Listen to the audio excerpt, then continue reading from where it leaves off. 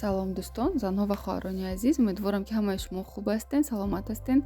Раҳмат ки тамошо мекунед, навораи моро дастгирӣ мекунед. Дар навори имрӯза мехостам ба якчанд саволҳое ки дар комментариҳо ҷамъ шуданд, дар баъзеашон ҷавоб додагӣ ҳастам, дар баъзеашон беҷавобанд онҳо. Мехостам дар ҳамин як навор якчанд саволҳои ҷамъ шуда ҳастанд ки бисёр такрор мешаванд, ҷавоб диҳам. Аз ҳамин сабаб навори имрӯзаи мо танҳо саволу ҷавоб мешавад.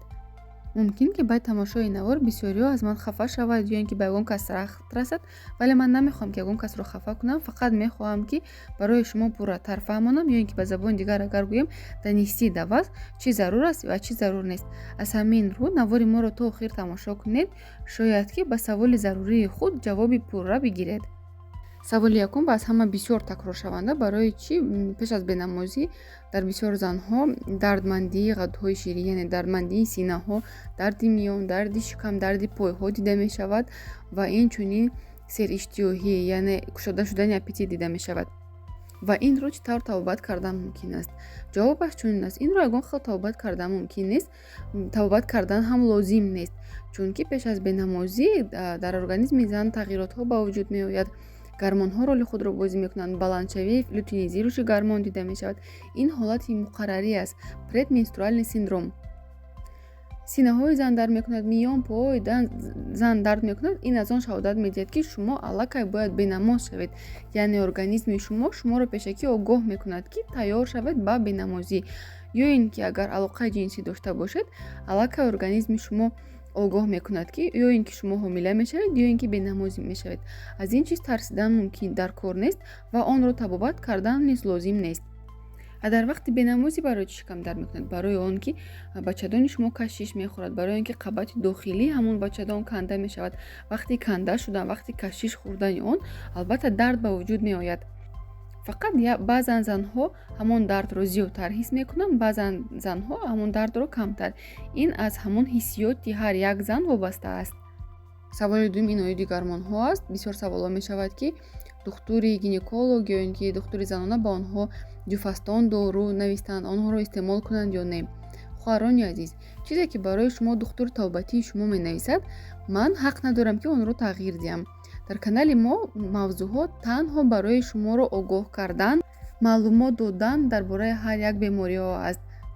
барои шумо тавсия додан, тавсияи дигарро иваз кардан, маслиҳат додан ки ин доруро хӯред, нахӯред, дар канали мо дохил намешавад.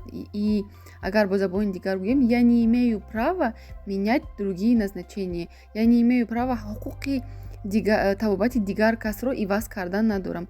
чизе ки барои шумо духтури табобатии шумо тавсия додааст, шояд ки ҳамон шахс шарт ва зарур донистааст ки барои организми шумо ҳамин дору муҳим аст. саволи дигаре ки дар комментариҳо беҷавоб мондааст, ин барои чӣ дар вақти хоб инсон бо дандонҳояш овоз мебарад, ё ин ки дандонҳояшро мехӯяд, ё ин ки ҳангоми хоб аз даҳонаш об меравад. бисёриҳо гумон мекунанд ки ин аз ҳисоби кирм мебошад, яъне дар организми шахс агар кирм вуҷуд дошта бошад, аз ҳамин сабаб чунин ҳолат ба амал меояд. дар асл бошад ин тавр нест. ҳамаи ин нишонаҳои он аст ки дар организми ҳамон шахс ё ин ки дар зиндагии ҳамон шахс стресс дида мешавад, шахс асабонӣ аст, депрессия дорад, ё ин ки системаи асаби ҳамон шахс ноустувор аст, аз ҳамин сабаб чунин ҳолат ба амал меояд. яъне ҳамаи ҳамин чизҳо аз ҳисоби асаб дида мешавад. ҳатто бисёр духтурони ҷаҳон дар бисёр таҷрибаҳои худ, дар бисёр тадқиқотҳои худ мушоҳида карданд ки хойдани дандон ин ба кирм ягон хел алоқамандӣ надорад. ҳамаи ин аз системаи асаби инсон вобаста аст. дар кӯдакон бошад, аз ҳисоби кашишхӯрии мушакҳо ва ноустувор будани системаи асаб чунин ҳолатҳо дида мешавад. вақте ки шахс хоб асту аз даҳонаш барои чӣ об меравад? ин ҳолат вақте ки шахс хоб аст, максималне расслаблении мышц дида мешавад, яъне мушакҳои шумо дар ҳолати оромӣ қарор доранд. аз ҳамин сабаб метавонад ки оби даҳони шумо дар вақти хоб рафтан равад ва ин ягон ҳолати хатарнокӣ низ надорад. саволи дигар: барои чӣ мӯйҳо бисёр мерезанд ва чӣ кор кардан дар кор, кадом шампунҳоро истифода бурдан дар кор? оиди рехтани мӯи сар, сабабҳои рехтани мӯи сар, сабабҳои сафед шудани мӯи сар. дар канали мо 3 видео аст. ман ссилкаашро мегузорам, метавонед ки даромада тамошо кунед. дар он ҷо маълумотҳои хеле муфид оварда шудааст, метавонед ки пурра онро аз худ кунед. боз як саволи дигар: оиди гармонҳо хело бисёр мешавад оиди гармонҳо савол. Гармонҳоямон баланд чӣ кор кунам? Ман дар видеои бештара қайд карда будам ва боз қайд мекунам, ки дар организми инсон зиёда аз садҳо гармонҳо аст. худи гармонҳои занона қариб 15 торо ташкил мекунанд. Ин дар миқдори камаш. вақте ки шумо мегӯяд ки гармонҳоятон баланд, бояд аниқ кунед ки кадом гармонатон баланд, ки шахс донад ки дар бораи чӣ сухан меравад. ё ин ки пештара видео мо карда будем оиди гармонҳои занона баланд. бисёриҳо савол навистанд ки ҳамин нишонаҳоро ман дорам, аз ин ҷо маълум мешавад ки гармонҳои ман низ баланд аст. дар асл бошад ин тавр нест. ҳар як нишона, ҳар як симптом метавонад ки нишонаи дигар беморӣ нест бошад. дар он ҳолат гармонҳои шумо баланд мешавад. шумо медонед ки 100% гармонҳои шумо баланд аст. дар ҳолате ки шумо ташхис гузашта бошед, анализ пурда бошад ва анализ тасдиқ карда бошад ки гармонҳои шумо баланд аст. бо як гуфтан, бо як нишона маълум карда намешавад ки гармонҳои шумо баланд аст ё паст. ва дар шахсе ё дар зане ки гармонҳояш баланд аст, бо як гап онро табобат карда намешавад, бо як дору вайро табобат карда намешавад. дар ин ҳолат комплексне табобат дар кор, назорат кардан дар кор, бо 1-2 рӯз вай гармонҳо паст намешавад.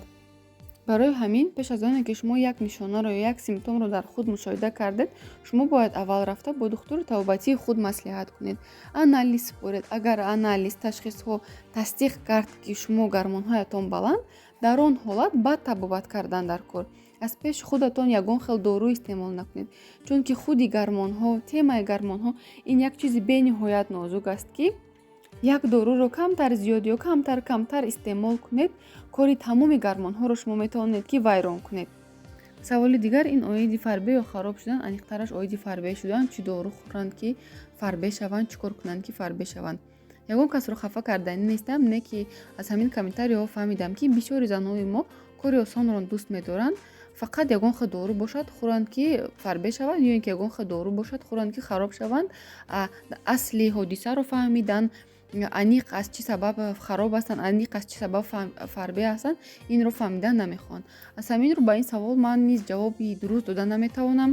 барои он ки ягон хел дору низ тавсия дода наметавонам, чунки ман зидди ҳамин хел корҳо ҳастам, яъне противник того, што одам организми худашро бо ҳар хел доруҳое ки шахсро намедонем аз кадом сабаб фарбе мекунад, ё ин ки намедонем аз кадом сабаб хароб мекунад, зидди ҳамин хел корҳо ҳастам.